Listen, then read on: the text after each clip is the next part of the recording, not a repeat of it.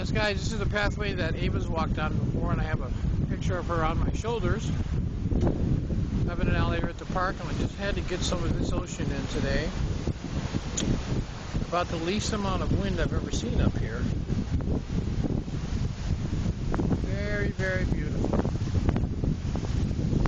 There's the tide pools down there that we were at before. I don't know how good this will come out, but that's where they are. You drive all the way down there. So, my time up with them is almost over. I may even take off tomorrow to see what they're doing.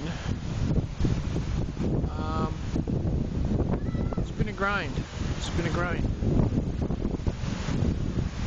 And these are the winter days, and then I go back to work and need to charge the batteries up a little more, I think, than I have these past years. That's contributed to some of my difficulties, I think. But so much for me. You can just listen to the ocean and watch this beautiful Pacific come in. For all you landlocked, well, Illinois is not exactly landlocked, but whoever else may watch this. There it is.